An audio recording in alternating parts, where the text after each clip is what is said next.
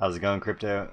Jade, the XRP Martian. And so I wanted to do this video in this one talking about how I really want to fill in the South America map if I can, right? So I was like, okay, what other country in South America could I try to find a connection to Ripple?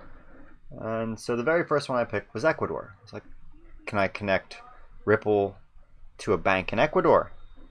Well, doing a quick Google search of Ripple in Ecuador, I found this link to the Ripple forum, a post all the way back in August of 2014. And this post, goes into what HeroJ is saying, that he's been reading a lot of articles that are talking about Ecuador being willing to use digital currencies. And the question he raised is, would they use XRP? Would they integrate XRP? Well, turns out an article 4 years later is written talking about how, isn't this strange, Ecuador is the first to have gone all in on digital currencies. They issued their own digital currency in 2017, I believe it says down here. Right. Let's look at for digital, so I can just find it quicker here. So yeah, right here in May of 2017, Calderon de Burgos returned to the theme in the column entitled "Only the Dollar is Trusted," the project for the Ecuadorian government to issue its own digital currency, denominated in US dollars, she wrote. So, it's a US dollar pegged digital asset. So it's basically Tether, right? Here's what's interesting. This all started, went all the way back in 2014 when they began researching. Where is it at here? Under President Rafael Correa, the Ecuador government announced that with great fanfare, their central bank would soon begin the issuance of electronic money. Now, this has continued on, to date, yet I've not heard anything in regards to their central bank coming out since to talk about this. That said, we do know that their central bank's chief advisor was one of the people who attended the S&B conference. And so isn't it interesting then that this could be yet another nation that we could potentially include into this puzzle? I think what I'm going to do is I'm going to come up with a color scheme so that we can find all of our potential partners across the globe, where all we're connected in at, and find out just how much of the world RippleNet is touching, and just how much of all cross-border transactions RippleNet could facilitate once the switch, so to speak, is flipped. That's, I think, the medium to short-term goal of where we're going to go with this series, and that is the roadmap to mass adoption.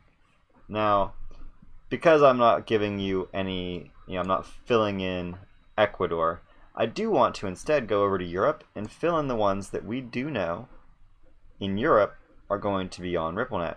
That would be United Kingdom, because of the Bank of England. That would be Spain, Italy, and Germany, and France, because of Santander Bank.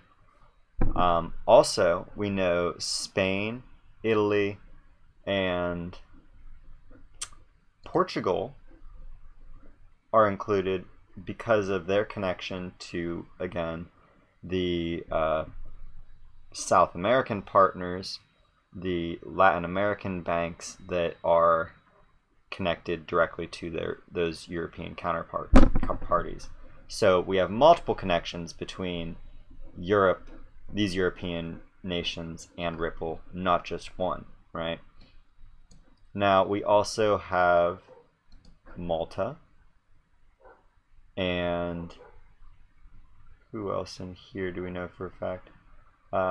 Switzerland are also included in this because SNB obviously, and Malta's blockchain adoption policy is like the most progressive of anybody's, so that's pretty clear, right? So we'll leave Europe, and again, we're going with just the ones that we can link with absolute certainty. Now Japan, that's obvious, right? 80% of Japan will be integrated into the Ripple ecosystem by the end of this year. That is their intention, right? South Korea is connected to SBI through multiple banks in South Korea. The same for Thailand and Malaysia, including Singapore, right? So this is our Asia map forming out pretty nicely. Now we also know that Ripple is working with the Central Bank of India and the Central Bank of the United Arab Emirates and Saudi Arabian Monetary Authority. We don't have any connections that I've seen yet to Qatar or Bahrain, but those would be interesting because despite being small, they are very wealthy nations. The others that we can show off here before leaving would be Myanmar and Sri Lanka. And I believe that will take care of all of our absolutely confirmed partnerships based upon the knowledge that I've shared through my channel already through previous videos. So again, you know, the map that I showed before, oh yeah, that's the other one we forgot, Russia, and you know, technically the United States, but we'll wait until they officially name drop Ripple, you know, because the United States has still been cautious, we'll say, as far as saying that they intend to use Ripple. Oh, and I guess technically speaking, we should include Norway, Sweden, Finland, Denmark, Netherlands, Belgium, and Ireland as and Luxembourg, really, and Monaco. Why? Because they're part of the European Union, and the European Central Bank is openly discussing their intentions to use RippleNet to facilitate cross-border remittances, which means that they will be using XRP. They will be utilizing XRapid, and most likely in the very near future, custodying, as in holding in their possession, XRP. So that's a little bit better map. And again, we're not going to add the US in yet. We're going to wait. We're going to wait until they officially announce it so that, you know, we can build up to that. In the meantime, my goal is to flesh out what we have left here in Central and South America as far as partners. Oh, and I guess we should include Canada also. I forgot, because, you know, the Royal Bank of Canada is a Ripple affiliated partner, and you know, we do have PNC and Bank of America and MoneyGram and Western Union. You know, I really want to just oh, okay. We are connected to the United States, right? Whether or not we're connected to the Federal Reserve yet is yet to be seen, but it seems pretty obvious that we are, right? So there you go. That's the world that is on RippleNet as of right now. Oh, and I forgot Turkey too. And Turkey is connected not just through Santander, but also through BBVA. to this network, right? And I should include Greece because obviously it's part. I should include basically everybody in here because of the European Central Bank, right?